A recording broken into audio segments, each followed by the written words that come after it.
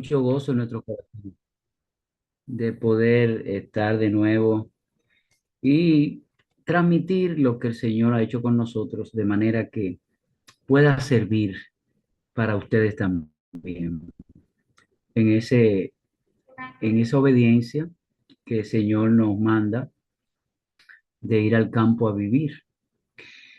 Empezaré el testimonio en esta ocasión ya cuando estábamos instalados, ya teníamos todos los equipos de la industria y empezamos con un grupo de hermanos que fueron allá a vivir con nosotros. Y entonces entre todos laborábamos, nos llevábamos muy bien. Hicimos un grupo muy selecto de hermanos también interesados en vivir en el campo. Ahí vivíamos en comunidad y todos laborábamos. Yo empezamos, el Señor nos fue capacitando, nos fue dando como en esa etapa de transición de nosotros habernos nacido y criado en la ciudad, ya hasta personas adultas de unos 40 y pico de años viviendo en Santo Domingo. Entonces, eh, se tienen que dejar muchas de las formas de vida que uno adquiere en las ciudades, porque son diferentes la forma de vida en el campo. El campesino, cuando llegamos, nos dimos cuenta que siente pasión por lo que tiene, la tierra, y entonces él se ocupa de hacerla producir. Pero yo era un empresario, me eduqué todo el tiempo en la ciudad, no sabía nada de agricultura. Y me recuerdo de algo importante. Cuando llegué, ya definitivamente que quité la tienda, la vendí. El Señor me ayudó a vender mi apartamento allá en Naco y mi apartamento en la Castellana. Me fui con mucho dinero al campo. Gloria a Dios, ¿verdad? Que trabajé muy duro, muy honestamente, pero a mi pequeña todavía eh, em- eh, edad que tenía, pues ya yo era financieramente, se puede decir, independiente. Pero cuando llego al campo, trato de relacionarme con los campesinos, hacer amistad con ellos, pedirle instrucción. Y en el 97 precisamente, que ya me instalé definitivamente allá en el campo, vi que había como un boom muy fuerte de cultivar fresas en esa área donde vivimos. Y cuando me hablo con amigos, personas campesinas que están sembrando fresas, me acuerdo siempre de Freddy, un señor ya, ¿verdad? Tenía su familia, ya había nacido y criado ahí. Y entonces le digo, Freddy, ¿pero qué es lo que hay que hacer para sembrar fresa? Y otro fue José Cruz, que era mi vecino. Estamos frente a frente ahí con la finca. Y entonces José Cruz me orientó también mucho. Tenía ya como 10 años viviendo allá cuando nosotros llegamos y entonces pues nos orientó y cuando me dijo que él era apasionado de sembrar orgánicamente, eso me gustó porque eso es lo que yo quería también. Y cuando la cosa es que Freddy me prepara el terreno y habilito de las 62 tareas que tenemos, habilito 4 tareas para sembrarla de fresa. Y entonces la sembramos y todo orgánicamente. Le oraba mucho al Padre y le pedía que me diera sabiduría para yo aprender esas cosas agrícolas que eran muy novedosas para mí. Y entonces Freddy me ayudó con personas que sabían hacer los canteros, me preparó la tierra, la abonábamos con gallinaza y apareció para que ustedes vean cómo hace las Dios. provisiones que hace el Señor. Apareció un señor en Santo Domingo, que Santiago, que lo conocí, que él traía abonos orgánicos de Miami y me dio un fungicida de extracto de semillas De todo. de toronja Ujú. para los hongos. Me indicó un insecticida a través de ajo y así sucesivamente un abono orgánico muy bueno. Y empecé y hice los canteros, compré un sistema De goteo. de reguío a través de goteo y ellos me orientaron y me lo instalaron. Y entonces Freddy le compré 300 maticas de fresa. Y la fresa tiene la particularidad que echan unos hijitos y usted lo va resembrando. La cosa es que para no cansarle mucho, que ya pude sembrar como 12.000 matas de fresa en esas 4 tareas, toda con su reguío de goteo en cada matita y con el abono y con el insecticida y el fungicida y todo eso. Esas fresas fueron desarrollándose como una maravilla, Una como cosa una preciosa. bendición de Dios. Ujú. Dios la bendijo grandemente.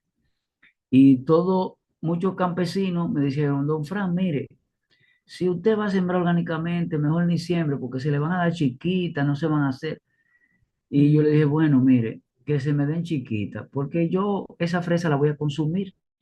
Y yo no voy a consumir una fresa con insecticida y con abono químico y todas esas cosas. No, no, yo quiero comer algo natural, como se daban antes, y darle a la gente la oportunidad de comer estas fresas también.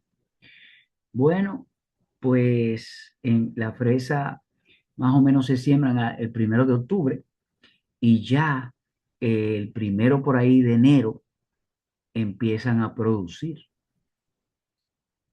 Y cuando esas matas se desarrollaron, yo le abría a las 5 de la tarde, 2 horas ese goteo y le mandaba sus abonos orgánicos y crecían maravillosamente y se desarrollaron esas plantitas que daban gusto verlas.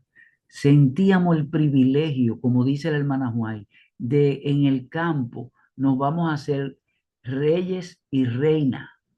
Ujú. Y yo me levantaba a las 7 de la mañana y bajaba ahí donde estaban las fresas y cultivaba mi fresa y la cogía en una canterita para mi desayuno. ¿Cuándo yo podía hacer eso en Santo Domingo? Y entonces ahí cosechábamos mucha Pero fresa, cantidad. cantidad. Hacíamos mermelada, hacíamos jugo, concentrado. Que Bueno, después tú vendías eso. y entonces empezamos a vender. Sí, porque eran demasiados. Había un agrónomo ahí en Los Dajaos que era el que toda la comunidad había contratado para que le supervisara las fresas y le indicara cualquier cosa, cualquier enfermedad que tuvieran. Y yo un día le digo, William, pero usted no ha ido a ver mi plantación de fresa y usted es una persona que está aquí para darle apoyo técnico, eh, Porque las otras no eran orgánicas, eran agronómica, porque ninguna de las otras eran orgánicas, Ujú. exactamente.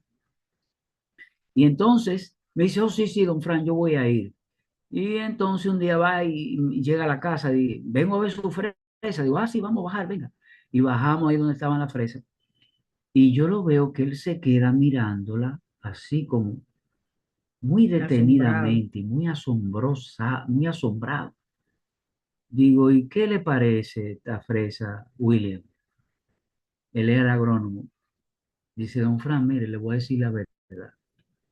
Yo no he visto fresa más productiva, más hermosa esa mata y más sana que esta, ni en Arroyo Frío en Constanza, ni aquí en toda esta comunidad de Los Dajaos. Esto es increíble y qué sabor y qué deleite tiene esta fruta. La Sí, primera vez, mi hermano, que yo sembraba sin saber eso. sin saber de eso. Pero el que confía en Dios, mis hermanos, mire, tiene todo a su favor. No hay forma de usted fracasar, porque el Señor se encarga de todo. Esa es una promesa. Confiemos en Él, es una promesa, como le dijo Josué, Ujú. esfuérzate y sé valiente, y yo estaré contigo.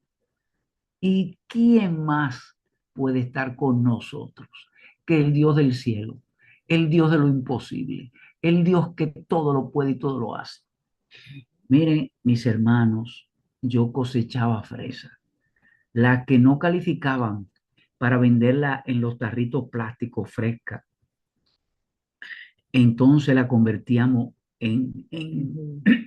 en jugo, la limpiábamos bien, las lavábamos y las licuábamos y después la colábamos y hacíamos unos concentrados de fresa solamente. Lo Orgánico. envasábamos orgánico, lo envasábamos en galones.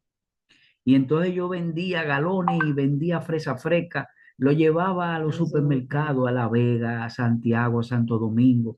En esa ocasión estaba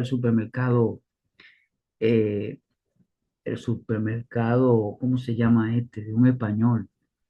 el que está en la 27 que al lado Ajá, de el ujú, que estaba en la 27 de febrero ahí. Y después lo llevaba Asturias. a Asturias, Ujú, supermercado Asturias. Y ujú. entonces a la placita, al Y te supermercado decían La Placita, el que para supermercado El venderse las otras Amigo. había que vender a ti. Y cuando yo iba, me dice, mire, tráigame toda la fresa que usted quiera, que yo se la compro toda. Porque para que se vendan las otras fresas, se tienen que acabar las suyas. Porque la gente le ha cogido que tienen mejor sabor, que saben mejor, pero lógico, si estaban sembradas orgánicamente y contaban con la bendición de Dios, imagínese usted. Exactamente. Eso sí es Entonces, verdad. Y yo los vendía concentrados. los concentrados, 25 o 30 galones, y lo vendía y a una bomba ya en Ujú. la Tiradente Con con, 27. sí, no, No, antes de la con la 27. Leopoldo Ah, Navarro, no, pues. no, en la Tiradente, ahora se me olvidan las calles, tantos años. Entonces, ahí cerca de la 27, un amigo mío, él era salvadoreño, me acuerdo yo, y cuando lo probó, dice, mira, ese jugo se acaba de una vez, Cipriano. La gente está encantada con esa fresa tuya. Tráeme todos los galones, dame la exclusividad, que yo si cosechaste 30 te lo compro, 40 te lo compro, lo que sea, pero yo te lo compro todo. No se lo venda a más nadie. Digo, pues está bien, para mí era muy fácil llevárselo a él solo y ya.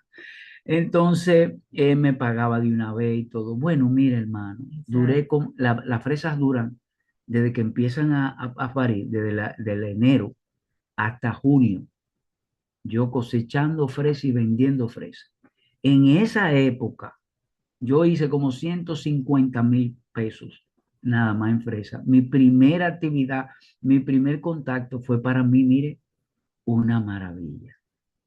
Y entonces empezamos con la industria. El Señor nos instruyó, trajo libros y de todo, y desarrollamos como 30 productos diferentes que elaborábamos y se los llevábamos también a, a las tiendas naturistas. Salía yo a las 7 de la mañana y en Jarabacoa llevaba, y después a La Vega, y después seguíamos para Bonao, y después llegué a Santo Domingo, y ahí repartíamos todos esos productos. Ujú, Entre ellos, queso de soya, hamburguesas de avena, eh, ujú. ¿qué le digo? ¿Cuántas Todas cosas? galletas, Galletas, pan, pan. eh, Ujú. y el Sí. Señor nos dio abundantemente. Y dice, mira, eso es para que sepa que no te va a faltar nada. Yo lo que pido de ti es fidelidad. Ujú. Nada más me interesa, porque mi amor hacia ti es para salvarte, para redimirte. ¿Eh? Y yo feliz en mi campo, comía las naranjas, los limones, y ahí de la mata, orgánico, Mm. era una Los maravilla, mi guineos hermano. plátanos. Sí. Entonces, hay muchos retos que nosotros tenemos que vencer cuando nos trasladamos al campo. Uno de ellos es cómo vamos a educar a los hijos. Mi hija mayor, Claudia, llegó de 14 años aquí a Los Dajabos. Mi segundo hijo, Mar, tenía 12. Ujú. Y mi Samuel, tercer hijo acababa de nacer, tenía no, 2 meses de nacido. Entonces, ¿cómo lo vamos a educar a los muchachos? ¿Qué educación le vamos a pues no dar? lo queríamos mandar a la escuela. No lo queríamos. Entonces, cuando bajamos a la escuela en una ocasión y vimos y escuchamos algunas conversaciones de algunos de los alumnos, muchachitas, jóvenes, con una conversación completamente fuera de lugar. Digo, Elizabeth, nosotros no podemos entregarle nuestros hijos a la boca del lobo. No, vamos a educarlo en la casa. Y empezamos y le hicimos saber al director del liceo que lo queríamos inscribir en el liceo como estudiantes libres. El director, Tomás, me acuerdo que nos hicimos muy amigos después, me dijo, no, mire, señor, déjeme decirle algo. La experiencia que hemos tenido con los estudiantes libres ha sido muy caótica, porque no aprenden nada, no pasan los exámenes, es difícil. Yo creo que haga un esfuerzo y tráigalo aquí al liceo. Digo, mire, señor director, perdóneme, déjeme decirle algo. Vamos a hacer una prueba. Si en enero, cuando ellos vengan a tomar los exámenes, eran 2 pruebas al año, en enero y en junio, Ujú. ellos sacan mala nota, entonces, mire, lo inscribimos, como usted dice. Bueno, eso podemos hacer. Y nos dieron el programa de estudio de todo el año. Y Elizabeth empezó con la escuelita en el hogar, de 2 de la tarde a 6, 4 horas diarias. Y Elizabeth, bueno, ¿verdad? Elizabeth, ingeniera química, ella dominaba muy bien las matemáticas, la trigonometría, el álgebra, la física, la química, los logaritmos, etcétera.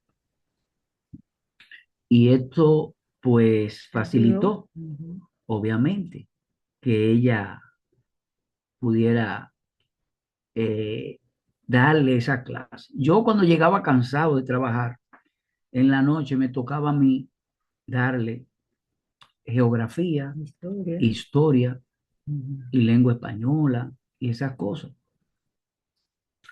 Y ahí fuimos sacrificándonos y dándonos, siendo los profesores de nuestros hijos, como Dios manda. Bueno, ya en diciembre, de septiembre a diciembre, Elizabeth le había dado el programa entero del año y Elizabeth le ponía eh, continuamente ejercicio, ejercicio. Ellos lo sabían muy bien. Cuando llegó enero, las primeras pruebas, lo llevamos, se examinaron. Elizabeth lo llevaba Ujú. Yo me y quedaba se esperando ahí. quedaba esperándolo Ujú. y de una vez que terminaban, vengan mis hijos, la montaba en su carro y para los Dajao de nuevo. Y entonces, cuando La sorpresa. la sorpresa de las Ujú. notas, Mm. cuando esa gente vieron las notas de esos 2 hijos míos, mire, se llevaron la mejor nota del liceo. Pero esto es increíble, me dice el director Tomás. ¿Cómo es que esos muchachos vienen una vez al año y se llevan las mejores notas? Sacaron casi 100 en toda la materia, porque era una educación personalizada, una educación que ya ellos se aprendieron de memoria. Y cuando le tocaba ya de enero a junio, era repasar lo que ya ellos habían aprendido, Ujú. porque Elizabeth le dio el programa de un año, se lo dio en esos primeros 3 meses, de septiembre a diciembre, y yo también. Y cuando volvieron a junio a tomar los exámenes, ahí fue que sacaron 100 en toda la materia. Ahí fue que el espectáculo fue grande. Mm. Digo yo, ¿y ahora qué usted me dice, señor director? ¿Podemos poner los muchachos como estudiantes libres, sí o no? No, no más que libre. Oh, pero esto ha sido un récord en este liceo. Esto ha sido una historia. Esto hay que publicarlo. El hombre estaba que no sabía qué Mm. decir. Entonces, mis hermanos, el Señor también nos solucionó ese problema de estudio, de capacitación de nuestros hijos. Ujú. ¿Eh? Y así estudiaron en la casa el bachillerato, intermedia, séptimo y octavo, y se graduaron Ujú. con honores Sí, en el liceo. sí. Hicieron historia, Hicieron una vez que hicieron como un un, resumen un de concurso concurso nacional nacional de de matemáticas. matemática. El hijo mío fue que se lo ganó, Sí, Omar, Omar, a nivel que a nacional, nivel a de, nivel sí, del país. sí, Se exacto. ganó el concurso, porque lo ponían a concursar los estudiantes más meritorios y más excelentes. Y cuando le dieron los exámenes de matemática, Omar, el hijo mío, fue que Sí, ganó el primer en lugar. primer lugar. Los tres hijos han sido Y matemáticos, los tres hijos, porque sí, Samuel es increíble con la Samuel matemática. también. Entonces, Sí, después cuando Samuel creció, ya ese fue más fácil inscribirlo libre. Y sí, también pasaba lo mismo. sí. Y en la escuela de allá de los Dajao, había un profesor que no entendía nada de matemáticas, era el profesor de matemáticas. Sí. Y él, cuando le llegó la trigonometría, la clase de trigonometría, Y y Samuel era Samuel era el que que le sabía, explicaba en la pizarra sí, todo. él le decía, mira, dile a tu mamá que venga a explicar esto porque la trigo no me entra. Trigo no me entra. Y El es el profesor. profesor Y entonces él ponía muchas veces a Samuelito, un niñito, a dar la clase. a dar esa clase. ¿Cómo es que tu Porque, mamá explica esto? ¿y Dile que cómo es que venga. tu mamá te ha enseñado esto, muchacho? Ay, Dios Y mío, entonces eso la era trigo no algo me entra. que era de vez tras vez, viendo la forma en que Dios, al que quiere ser fiel, al que quiere seguirle, lo ayuda, mi hermano. Sí, No temamos, no hay que temer. Lo que hay que tomar la firme decisión de serle fiel a Dios. Y exacto. todo viene por añadidura. Sí, es verdad. Y Entonces, nunca nos faltó nada, nunca nos ha faltado nada. nunca Que nos ha todo el mundo faltado. nos dice, pero ¿de qué que ustedes ¿Y de qué viven? que ustedes viven? La gente nos preguntaba, Sí. asombrado. ¿Y de qué que ustedes se mantienen? Ajá. Y entonces dice, oye, pero Fran se fue al campo y dejó todo, se fue millonario, pero él se ha mantenido y ha dado muestra de que se puede. Esto inspiró a muchos hermanos de, de aquí, de la comunidad adventista. Cuando nosotros les contamos nuestra historia y cuando ellos iban a visitarnos, empezaron a muchos hermanos a tomar su decisión Ahora. de irse a vivir al campo.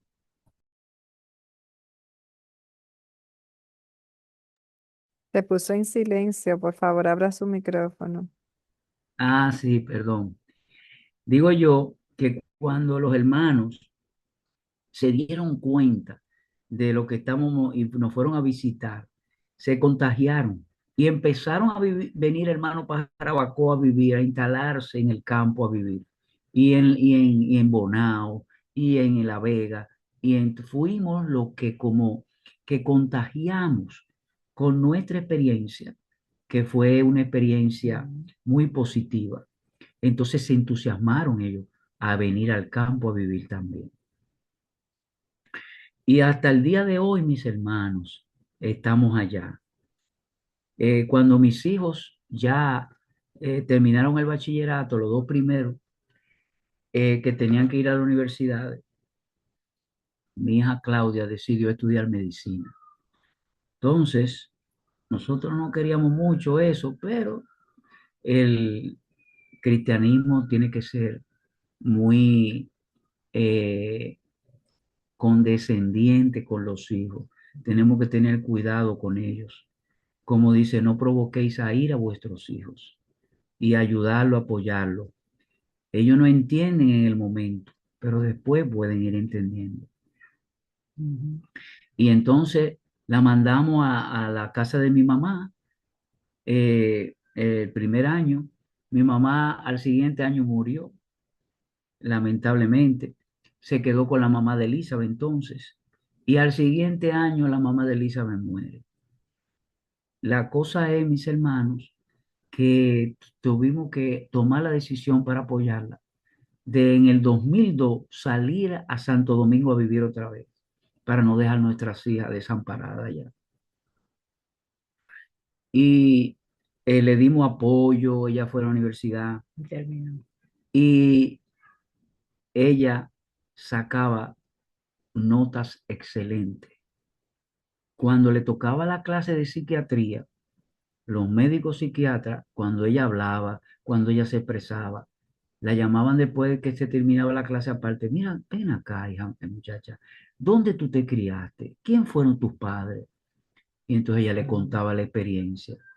Dice, yo sabía desde que tú empezaste a hablar, yo me di cuenta que tú fuiste educada en una educación diferente a la de todos los restos que están aquí. Bueno, tanto así que ella sacó tan buena nota que desde que ella empezó en la universidad, le dieron el cargo de monitora y le pagaban por eso.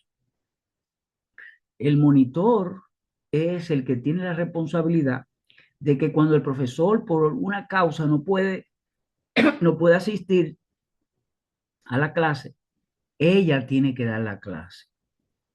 Y entonces tiene que estudiar por adelantado prácticamente y poder tener el conocimiento por si el profesor falla, entonces ya le toca dar la clase. Y algunas de los amiguitas decían, Claudia, cuando tú das la clase, te soy sincera, yo la entiendo mejor que al profesor. Y entonces ella duró eso, terminó antes su profesión, porque a la única que le permitían, por las notas que sacaba, tomar 3 materias, que a todo el mundo en medicina le permiten una materia en verano. A ella le permitieron 3. Y ella se graduó como 2 años antes. Y entonces la MESI la llamó y le dijo que le tenían una beca. Y cuando ella terminó y sacó su S4 y todo, le dieron una beca a España y se fue a hacer una especialidad de medicina allá. Y duró 4 años en España. Ahí, cuando terminó, la jalaron del hospital y le dijeron que le tenían por las notas que sacaba, que le tenían un empleo. Y su consultorio. en el hospital primero. Y entonces ella empezó a trabajar y le fue excelentemente bien. Pudo comprar su carro, pudo comprar su cosa, alquilar su apartamento con el salario que ganaba y le iba muy bien. Se casó por allá y todo. Y entonces el segundo hijo de nosotros le pasó lo mismo. Estudió en la UAS, fue excelente, se graduó de ingeniero en sistema. Y el tercero también después se graduó de licenciado en economía, en contabilidad, perdón. O sea que mis hermanos estudiaron en la casa, no lo tuve que llevar al colegio y se graduaron todos, son profesionales. Ay, pero eso sí, lo que nos criticaban a nosotros, porque esos hijos de nosotros se iban a quedar ignorantes, no iban a poder estudiar. Fran, pero tú te estás volviendo loco, esa religión te ha vuelto loco. Las críticas eran muchas, mis hermanos, pero no se desalienten. Confíen en el Dios de lo imposible, el que todo lo puede y nada puede deshacer lo que el propósito de Dios cuando nosotros le demostramos a Dios que queremos obedecerle y serle fiel. El Señor se manifiesta, el Señor actúa, mis hermanos, de forma extraordinaria y maravillosa.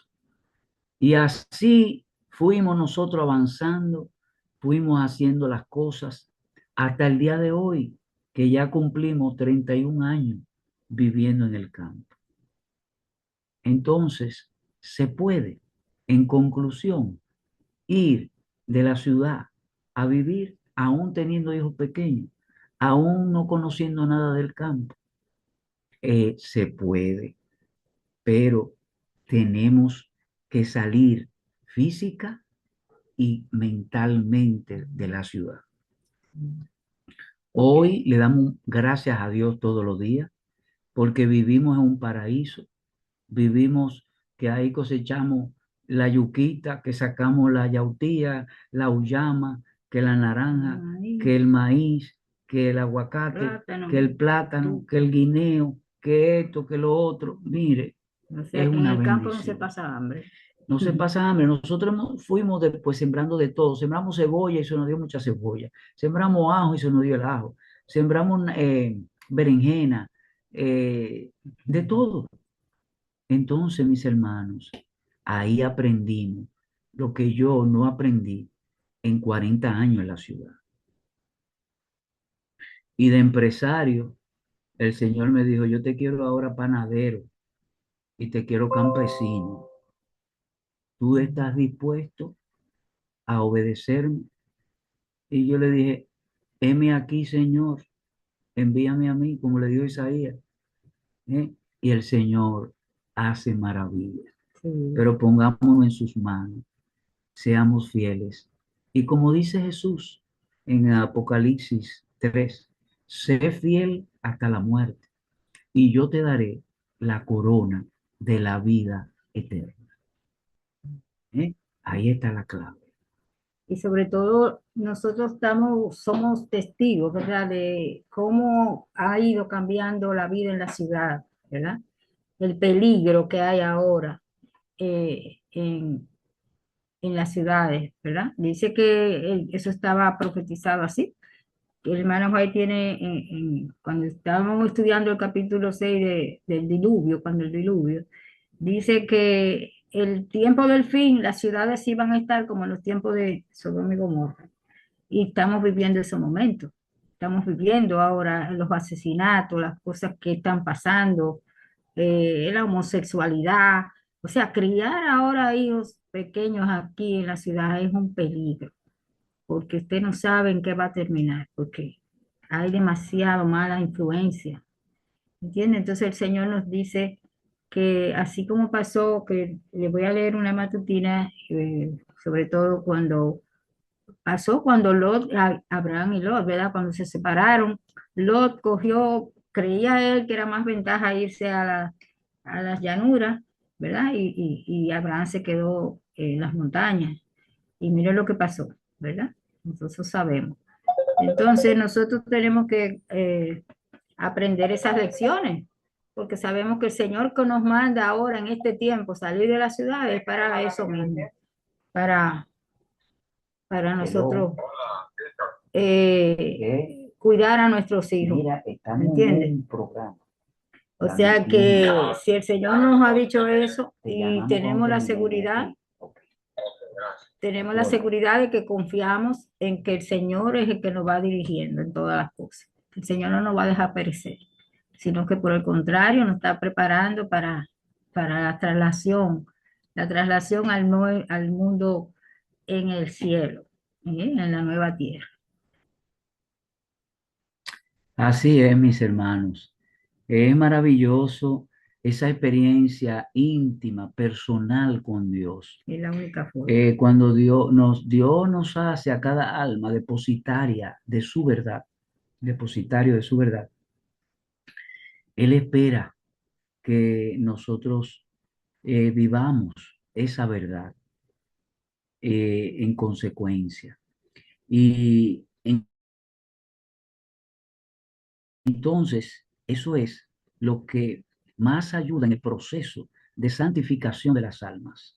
¿Eh? Cuando uno se queda simplemente siendo un cristiano pasivo, no entra en esa dinámica de relacionarse con el Dios que nos ama tanto, que tomó la decisión terrible de entregar a su único hijo por amor a nosotros y por el deseo, el objetivo de rescatarnos, de redimirnos para la eternidad. Entonces estamos ya en la etapa final de la historia de este mundo. Nosotros somos la última generación de hombres y mujeres que habitan la tierra que verán este mundo, porque este mundo está próximo a desaparecer para siempre y a convertirse en historia, porque ahora ya toda la profecía de Daniel han culminado. La imagen de Daniel capítulo 2, estamos viviendo en las uñas de los pies, ya no hay más profecía. El 99% de la profecía se ha cumplido y solamente falta el 1% que es la roca que le da en los pies a la imagen y la destruye, en una analogía de que cuando Jesús aparezca en su segunda venida, el mundo quedará destruido. Ese 1% de la profecía de Daniel es lo que falta por cumplirse. Por eso sabemos que nuestra redención está a la puerta, es muy cerca, todo eh, es inminentemente que ocurre. Y por eso estamos aquí muy deseosos, muy contentos de poder eh, compartir este testimonio con todos ustedes, para que les sirva de ánimo, de aliento y de fe, porque vale la pena. Es importante que sepa todo ser humano que habita la tierra que lo más importante de la vida es conocer a Dios a través de la Biblia y hacer su voluntad, porque eso es lo que le da permanencia y trascendencia al ser humano. Y otra cosa muy importante para mí fue, yo digo, fue vital. Para mí fue algo que sin eso no sé si yo estuviera en los caminos del Señor. Y es que cuando estábamos en el campo, aún con lámparas, cuando nosotros nos mudamos allá, hace 32 años, no había luz eléctrica, no había nada, eso era con vela.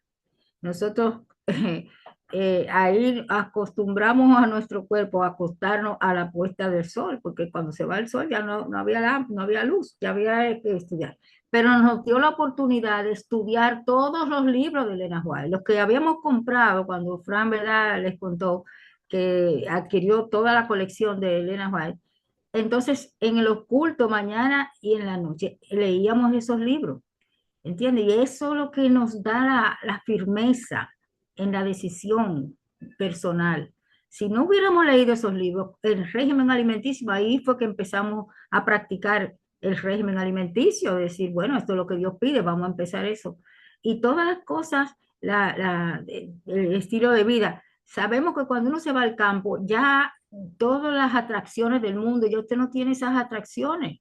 No hay televisión, no hay cuando eso no había celulares tampoco, ¿entiendes? Entonces tuvimos la oportunidad de afianzarnos en la verdad a través del estudio de todos los libros, uno por uno. Ustedes ven los libros de nosotros, están todos subrayados, porque todos esos libros los leímos todos.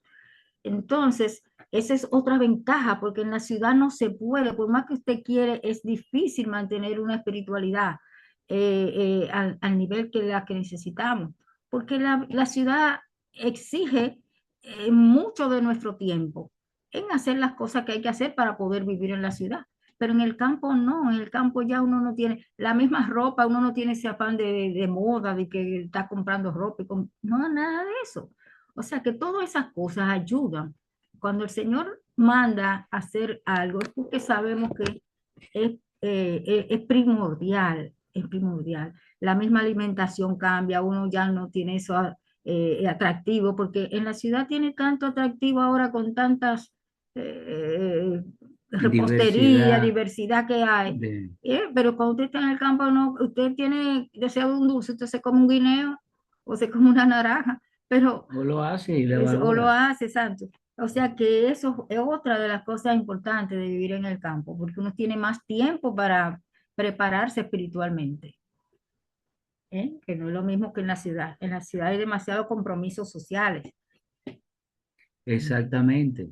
Entonces, toda esa limitante que aparentemente muchas veces nos ponen obstáculos, las personas razonándonos, con el deseo de ayudar, porque ellos quieren ingenuamente persuadirnos de que no hagamos ese cambio. Ujú. porque las cosas espirituales, mis hermanos, se disciernen espiritualmente. No esperemos que el mundo nos comprenda, ¿eh? Nosotros podemos comprenderlo a ellos, pero ellos a nosotros es imposible, porque se necesita la base del conocimiento de la verdad, del conocimiento bíblico, para entonces poder actuar en consecuencia y que nuestra conducta humana no sea más que un reflejo de los principios, los estatutos, los mandamientos y las leyes de nuestro Dios. Y eso es Mm. lo que nos da la certeza de tener una verdadera relación íntima con el poder de Dios. Por eso Jesús nos llama tanto y nos dice, pedid y os daré, tocad y os abriré, porque Jesús quiere que no lo veamos como algo lejos, como algo abstracto, sino como algo muy cerca de ti, que basta con arrodillarte, invocar su nombre y Él te impresiona con su presencia. Y entonces te hace sentir que Él está aquí contigo. Él está ahí contigo. Y eso es lo que nos va desarrollando esa confianza, esa fe y ese avance espiritual. Así que mis hermanos, hemos Vamos a llegado, terminar vamos a terminar leyendo esta última parte para no leerla entera porque ya son las 9 casi, ¿no? aquí, Satanás. Sí, sí. Esa fue la historia de cuando Abraham y Lot se separaron y lo que le pasó a Lot y lo que pasó con Sí, Abraham. esto está en conflicto y valor, esta matutina, Ujú. eh, del, del 11 De de febrero. febrero. La pueden buscar Hacia Sodoma. y leerla. Para no alargar mucho, Vamos a leer la nos última quedan, parte. déjame ver, 5 minutos. Por eso Yo lee. creo que se puede leer completa. Ah, bueno. ¿Qué me dice, hermana Sara? Sí, hermano, léala completa. De acuerdo, adelante. Entonces nos dice, eh, hacia Sodoma se titula, y el versículo es Génesis 13, 12 y 13.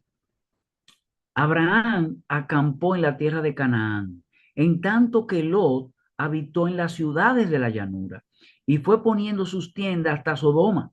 Mas los hombres de Sodoma eran malos y pecadores. ¿Contra quién? Contra Jehová en gran manera. Y empieza el texto y dice, la región más feraz de toda Palestina era el valle del Jordán. También había ciudades ricas, ofuscado por sus visiones de ganancias materiales. Lot pasó por alto los males morales y espirituales que encontraría allí. Lot escogió para sí toda la llanura del Jordán y fue poniendo sus tiendas hasta Sodoma. Cuán mal previó los terribles resultados de esa elección egoísta. Eso aparece en Historia de los Patriarcas y Profetas en la página 126. Lot eligió Sodoma para que fuera su hogar, porque vio que podía conseguir ganancia desde el punto de vista del mundo. Pero después que se hubo establecido y enriquecido en tesoros terrenales, se convenció de que se había equivocado al no tomar en consideración la base moral de la comunidad en la cual iba a construir su hogar. Exactamente lo contrario de lo que nos pasó a nosotros. Tomamos la decisión, nos llevamos a los muchachos al campo en la edad temprana y entonces se educaron diferente. Los moradores de Sodoma estaban corrompidos, conversaciones profanas herían diariamente los oídos de Lot y su alma justa era afligida por la violencia y el crimen ante los cuales se encontraba impotente. Sus hijos se estaban volviendo como esa gente perversa, porque su compañía los había pervertido. Ahí Qué está el peligro. asunto del peligro de educar hoy en día a los hijos en las grandes y pequeñas ciudades. Teniendo en cuenta todas esas consideraciones, las riquezas mundanales que había adquirido parecían ínfimas e indignas del precio que había pagado por conseguirlas por ella. La ira del Señor se dirigió finalmente contra los malvados habitantes de la ciudad y ángeles de Dios visitaron Sodoma para sacar a Lot a fin de que no pereciera en la ruina de la ciudad. La influencia de su esposa y las amistades que tuvo en esa ciudad impía le habrían inducido a apostatar de Dios, de no haber sido por la instrucción fiel que antes había recibido de su tío Abraham. Fíjense la influencia y en la niñez, como dice la Biblia, educa al niño en su camino y aunque esté viejo, no se apartará de él. Entonces, el casamiento de Lot y su decisión de residir en Sodoma iniciaron una serie de sucesos cargados de males para el mundo a través de muchas generaciones. Satanás tiene el propósito de atraer a las ciudades a los hombres y las mujeres, y con el fin de lograrlo inventa toda clase de novedades y diversiones. Y las ciudades del mundo están llegando a ser hoy como las ciudades que existían antes del diluvio. Volvemos a decir, fuera de las ciudades. Este es un tremendo llamado, un significativo llamado, mis hermanos. Fíjense que el Señor, para traernos a Él nuevamente, tenemos el ejemplo palpable de Abraham. Sacó a Abraham ¿de dónde? De su lugar donde vivía, De su parentela, de su parentela, de todos sus de parientes. todo ese conglomerado donde vivía Abraham, idólatra. Dice que la idolatría y la hechicería y la brujería eran cosas comunes donde habitaba Abraham. Y el Señor lo sacó de su lugar. Son 4 cosas que el Señor emplea para atraernos a Él. Primero nos saca de nuestro medio corrupto indomable y nos saca. Después nos da la alimentación correcta y después nos da la educación que necesitamos a través de su conocimiento y su sabiduría infinita. Y finalmente nos pone la vestimenta celestial, mis hermanos, para que seamos diferentes y para que nos identifiquemos como hijos de Dios, que el mundo nos advierta que somos diferentes y que nos comemos diferente, nos comportamos diferente y vivimos en lugares diferentes. Y eso mismo es lo que hace Satanás cuando quiere apartarnos de Dios, como el ejemplo de Daniel. El Señor permitió que Nabucodonosor invadiera a Jerusalén y llevara cautivos a muchos hebreos a Babilonia. Babilonia es una ciudad impía, una ciudad idólatra de igual manera. Entonces Satanás lo trajo del lugar donde ellos estaban consagrándose y lo llevó a otro lugar. Cuando llegó, le dio la instrucción a, al jefe de los eunucos. al jefe de los eunucos. ¿Y qué le dijo? Dice, mira, edúcamelo por 3 años y enséñale la escuela de nosotros, la escuela de astrología. Y le dijo, mira, dale de la comida y de la bebida que yo bebo. Porque si la bebía el rey era lo mejor, se supone. Y después le puso vestimenta y le cambió la identidad y le puso nombres diferentes.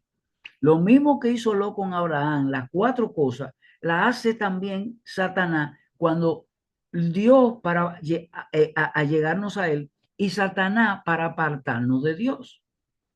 Y entonces, hermano, eso pasó en el desierto 40 años, que el Señor quería llevarlos a un lugar de la tierra prometida, a un lugar diferente, donde pudieran adorar a Dios conforme a su conciencia.